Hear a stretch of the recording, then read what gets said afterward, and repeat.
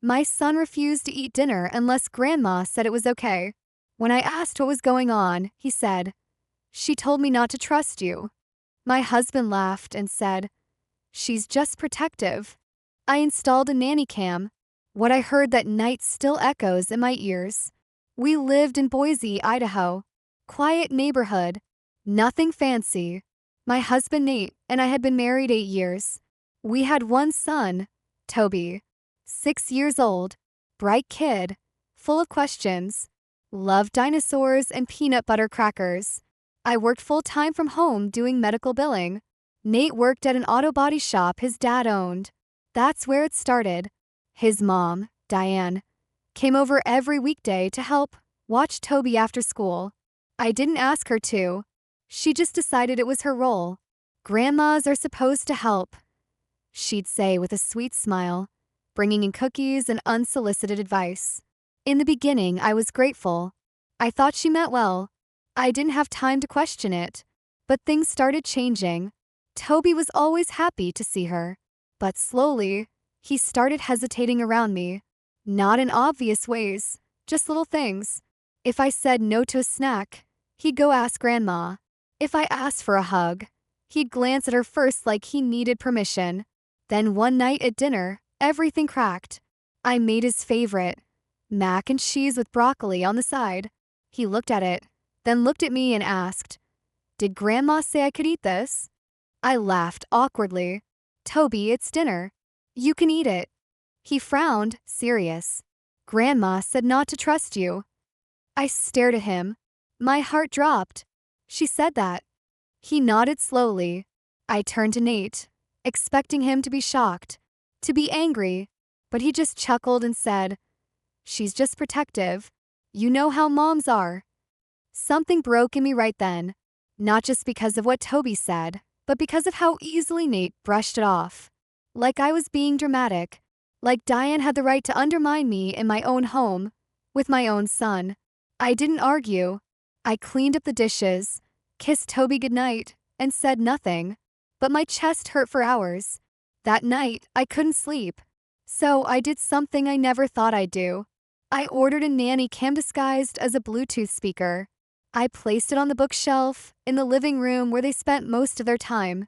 I let it run for 3 days. I waited until I had a quiet Saturday morning. Nate had taken Toby to the park. I sat down with my laptop and headphones and watched the footage. What I saw destroyed something inside me. On the first day, Diane sat on the couch with Toby curled up next to her. "Diane, you always listen to Grandma, okay? Mommy doesn't always make the best choices." "Toby, why?" "Diane, because she's not like us. She didn't grow up with family who taught her the right way. That's why she gets mad. You know how she yells sometimes." "Toby, she's not mean." "Diane, no, sweetie, but sometimes people don't know they're hurting others. That's why you always ask me first. I'll protect you." Second day, it got worse. "Diane, if Mommy says something scary, you come tell me. If she tries to take you somewhere and it doesn't feel right, you scream." "Toby, like when she takes me to the doctor?"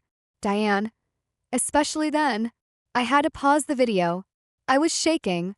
What kind of twisted narrative was she feeding him? The third day, "Diane, if anything ever happens, I'll make sure you stay with me. Mommy doesn't need to be around all the time." "Toby, will Daddy come too?" Diane laughs. "Of course. Daddy knows Mommy has a lot of problems." That was it. I ripped the headphones off. I couldn't breathe. My son, my little boy, being turned against me day after day, poisoned slowly with soft words and manipulations. And my husband, he knew. I confronted Nate that night. I played the videos. He didn't even deny it. "She's just worried. You know how your temper gets sometimes." That's when I realized they'd been talking about me behind my back for years, making me out to be unstable, emotional, even dangerous. Nate sat on the couch while I sobbed in the kitchen, and he didn't move, didn't hug me, just stared. I called a lawyer on Monday. But revenge, real revenge, takes planning. It takes control. I wasn't going to scream. I wasn't going to threaten. I was going to rip the foundation out from under them. I started documenting everything. I told the lawyer about the videos. I made copies. I started seeing a therapist to get ahead of any mental health allegations. I got a custody evaluator involved. My therapist helped me set boundaries with Toby, how to talk to him without blaming, how to show him I was safe. Slowly, painfully, I started taking my son back. One night, I picked him up from Diane's early. She was furious. I wasn't finished feeding him. She snapped. I'm his mother, I said calmly. She laughed in my face. Not for long. I looked her dead in the eye. You're going to regret saying that. She didn't know what I had. Not yet. I filed for separation 2 weeks later. Nate was shocked. He thought I'd never leave. I told him we were done. I told him I'd fight for custody with everything I had. He called me unstable. I handed him a flash drive with the videos. Show this to your lawyer, I said. His face turned white. Suddenly, he was calling every day, begging to talk, saying Diane didn't mean it, that I was overreacting. I stopped answering. Court took months, but I was ready. I had character witnesses, my therapist, my son's pediatrician. I had timestamps, transcripts, and expert testimony from a child psychologist. Diane was brought in to testify. She denied everything until the judge played one of the videos in open court. She turned red. Her voice cracked. The courtroom was dead silent. Nate didn't look at her. He just stared at the floor. I got full custody. Supervised visitation for Nate. No unsupervised contact with Diane. After that, I moved out of Boise. Found a small town in Oregon where no one knew me. Started over. I found a better job. Toby started first grade in a school with teachers who listened. He still talks about his dad sometimes. I don't badmouth him, but I answer every question honestly. Toby, why doesn't Daddy visit much? Me, because he didn't protect you when you needed him. That's enough for now. But here's what I didn't tell the court. Diane lost her part-time job at the preschool where she volunteered. I sent them the videos anonymously. She's not allowed near children anymore. Nate's shop lost business after people started talking. Rumors spread. Mechanics can't afford bad reputations. Their world is smaller now. They're together. Just the two of them. No one else. And me. I sleep peacefully now. But I'll never forget the sound of my son saying, "Grandma told me not to trust you." It still echoes. But now, it reminds me of how far I've come. And how far they fell. After we moved to Oregon, things felt quiet for a while. Peaceful. But that peace didn't last long. It started with letters. The first one showed up 3 weeks after we got settled. A plain white envelope with no return address. Inside was a photo of Toby at recess, playing on the swings. A little red X drawn under his feet. I froze. I looked around like someone might be watching me. My chest went tight. My stomach turned. I checked the envelope for any clues. Nothing. Just that picture and a sick feeling in my gut. I called the school. They said no strangers had come by. I asked them to increase security anyway. I bought a doorbell cam and set up extra locks. Then I took the photo to the police. They couldn't do much. No direct threat, they said. But we'll keep a file. The second letter came 2 weeks later. This time, it was a newspaper clipping from the Boise Register. A car accident. A woman named Clara, someone I didn't know, had been hit by a drunk driver. But in the margin was a handwritten message. This could have been you. That's when I stopped waiting. I hired a private investigator. I told him everything. Showed him the letters, the photos, the court records. He dug for 3 weeks before he found something. The letters came from a P.O. box in Nampa, Idaho, close to Boise, registered to a name I didn't recognize. But guess who had opened it? Diane. She used her maiden name. Sloppy but legal. She was mailing me threats from over 400 miles away, trying to scare me. And worse, someone had taken that photo of Toby up close. That meant someone came to Oregon to watch my son. I filed for a restraining order across state lines. It was messy. It took forever. But I finally got it approved. Diane wasn't allowed within 1,000 feet of me or Toby. And if she crossed state lines again, I could press criminal charges. The investigator also found something else, something I didn't expect. He got a hold of a recorded phone call between Nate and Diane. He used a contact in Nate's shop, someone who owed him a favor. It was illegal to use in court, but it was enough to open my eyes. Nate, I'm not doing this anymore. She's gone. It's over. Diane, you're weak. That boy doesn't belong with her. Nate, he's her son. Diane, he's OURS. You wouldn't even have him if I hadn't stepped in. She was going to abort, remember? I convinced her to keep him. Nate, don't say that. Diane, I made you a father. You owe me. That conversation destroyed the last trace of sympathy I had for Nate. And for myself, too. Because yes, I had once been unsure about being a mom. I was scared. But I made the choice to keep Toby. No one forced me. Especially not her. But to hear her say it like that, like she owned us, like Toby was some prize she earned, that rage came back, cold and sharp. I gave the audio to my lawyer, not to use in court, but to keep in my back pocket. For leverage, if needed. Then the real twist came. One rainy evening, about 5 months after moving, my doorbell camera pinged. It was a man in a hoodie, just standing there, not pressing the bell, just staring at the door. I didn't open it. Called the police. They came within minutes. The man was gone, but he left something on the porch. It was a drawing, crayons on paper, a family picture, stick figures. One labeled me for Toby, one labeled Daddy, and one crossed out in red labeled Mom. I cried for hours. Then I got mad. I packed a bag, took Toby to my friend Kara's house. She lived in Eugene, 2 hours away. Safe place. Trusted her. Told her to keep Toby for 2 nights. And then, I drove back to Boise. Unannounced. I parked 2 streets down from Diane's house. Waited until the lights went out. Then I slipped the photo of Toby on the swings into her mailbox with a note that said, "Stay away, or this time I go public." Then I left. But I wasn't done. I made copies of everything. The threats, the drawing, the Boise police report. I emailed a full packet to the board of directors at the church where Diane led a children's ministry. I made a burner Reddit account and posted the videos with a detailed account of everything, redacting names, but making sure people could connect the dots. It went viral. Diane was removed from the ministry.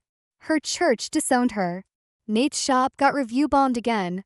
But worse, one of his mechanics leaked the court documents to a local parenting group. Mothers in Boise stopped bringing their cars there. The shop's income tanked. I didn't stop there. I contacted a family podcast that covers abuse, custody battles, and toxic in-laws. I gave them my story, with voice distortion and anonymity.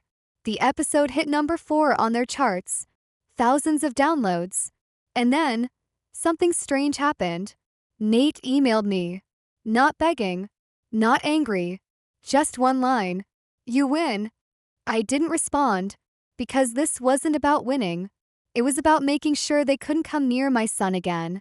But I knew it wasn't over yet, because people like Diane, they don't go away quietly. And I was ready.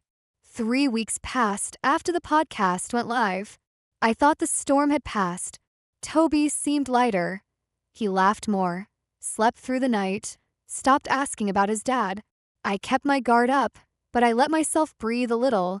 Then one Monday morning, I opened my front door and found a Child Protective Services worker standing on my porch. Her badge was real. Her expression was cold. "We received a report of child neglect and emotional abuse," she said. My mouth went dry. She walked into my house with another agent and started asking questions.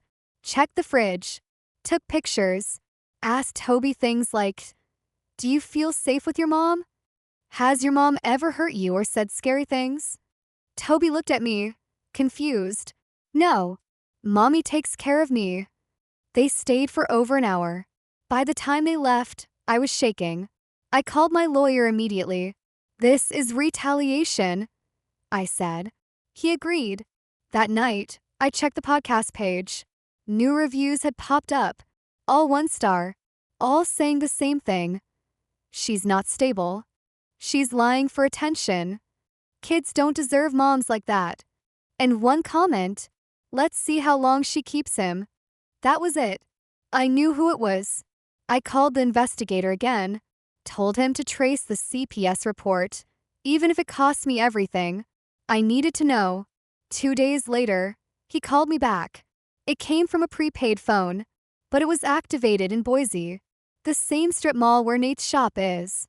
He couldn't tie directly to Diane or Nate, but the timing, the language, the smear campaign online, it all lined up. That same week, I got an email from the elementary school. They'd received an anonymous tip that I wasn't the legal guardian and that the child's biological father was seeking full custody. I nearly threw up. I marched down to the school the next day with my court papers, my custody orders, everything. The principal apologized, said they were just following protocol, but I knew the message. They were trying to rattle me, wear me down, make me seem unstable, make me lash out. That's how people like Diane operate. They play the long game. I went home that night and made a choice. I wasn't going to hide anymore. I scheduled a live stream on my private account, only for close friends, and the support group I joined for moms dealing with abusive in-laws. I played one of the Nanny cam clips, the one where Diane told Toby not to trust me. I cried on camera, not for sympathy, but because I needed the truth out in the open. It spread. That video made its way to a local parenting group in Oregon, and then to another one in Idaho. Women started messaging me. Some had worked with Diane at the church, some had gone to her Bible study. All said the same thing. She controlled everyone. She talked about taking custody of her grandkids. She called her daughter-in-law the incubator. Piece by piece, her reputation cracked. Then came the final twist. A woman named Meredith emailed me. She used to date Nate, before me.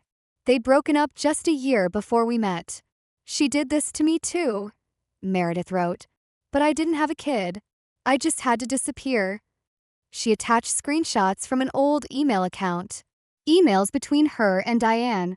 At first, they were sweet, then controlling, then terrifying. One said, "You are not the right woman for my son. I've prayed on this. He will see it soon." And another, a month later, "You've been warned. Leave quietly, or I'll make you regret it." The emails were dated 2015, the same year Nate and I met. I showed them to my lawyer. He smiled for the first time in months. "We're going to use this," he said. We filed a motion to permanently terminate Diane's visitation rights, even supervised ones. We also filed a motion to restrict Nate's visitation further until he could prove he had separated from Diane entirely. Both motions included a new psychological evaluation request, because anyone still supporting her after all this wasn't fit to be around a child. But the real twist, Nate didn't fight it. In fact, he didn't even show up to the hearing. He sent a single letter to the judge. "I failed to protect my son. I didn't know how deep it went. I'm stepping back so he can be safe. I hope one day he forgives me." The judge granted both motions. Diane lost all rights to see Toby. Nate was given the option of visitation in 1 year, only if he completes therapy and has no contact with his mother. He hasn't reached out since. And yet, I didn't feel relief. Not yet. Because Toby, he still asked, "Is Grandma sick?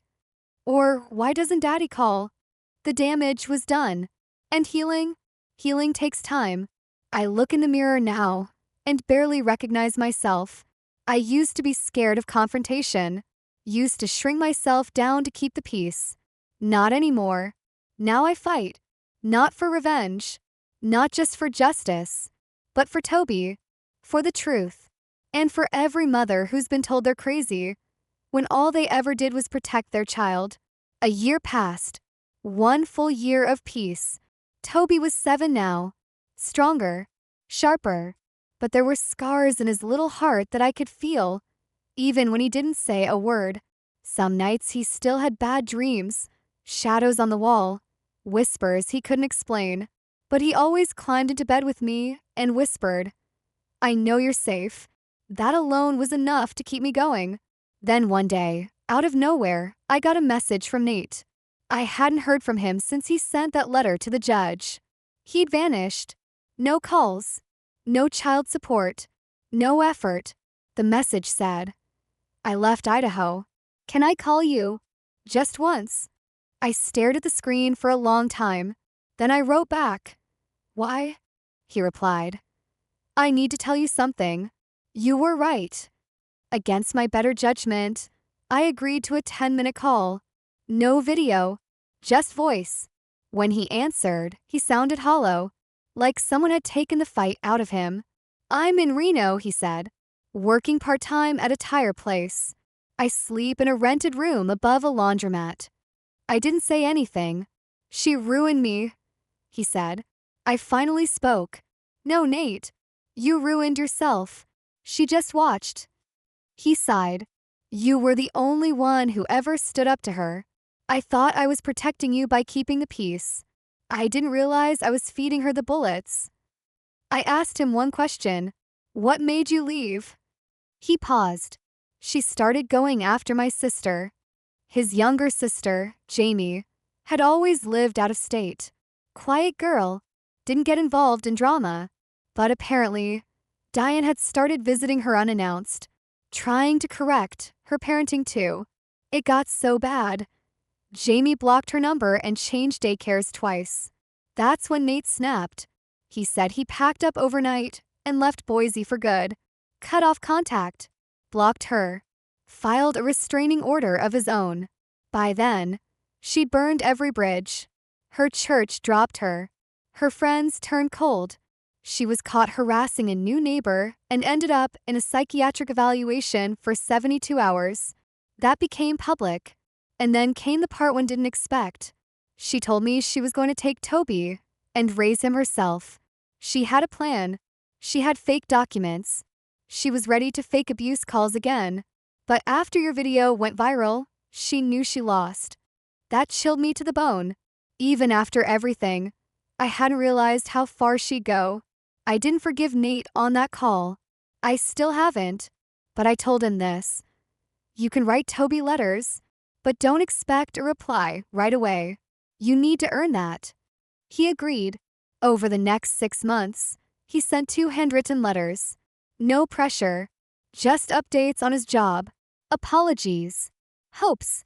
Toby read them, asked a few quiet questions, then tucked them in a drawer. "Maybe I'll write back when I'm 10, he said. "I'm still thinking." And Diane. She was last seen moving into an assisted living complex near Twin Falls. No family left. No visitors. The staff there posted in a local care worker forum that she often sat by the window muttering about a stolen boy and a traitor's son. Her legacy? Completely shattered. She wasn't remembered as a loving grandmother. She was remembered as the woman who tried to steal a child from his mother and lost everything in the process. Sometimes I still check that nanny cam video, not to relive it, not to stay angry, but to remind myself how far I've come, to remember that I didn't imagine it, that I wasn't crazy, that I was never unfit, and to hold on to the most important truth. Toby trusts me now, and no one, no mother-in-law, no ex-husband, no twisted lie, will ever take that away from me again. That's my ending. That's my justice. That's my revenge.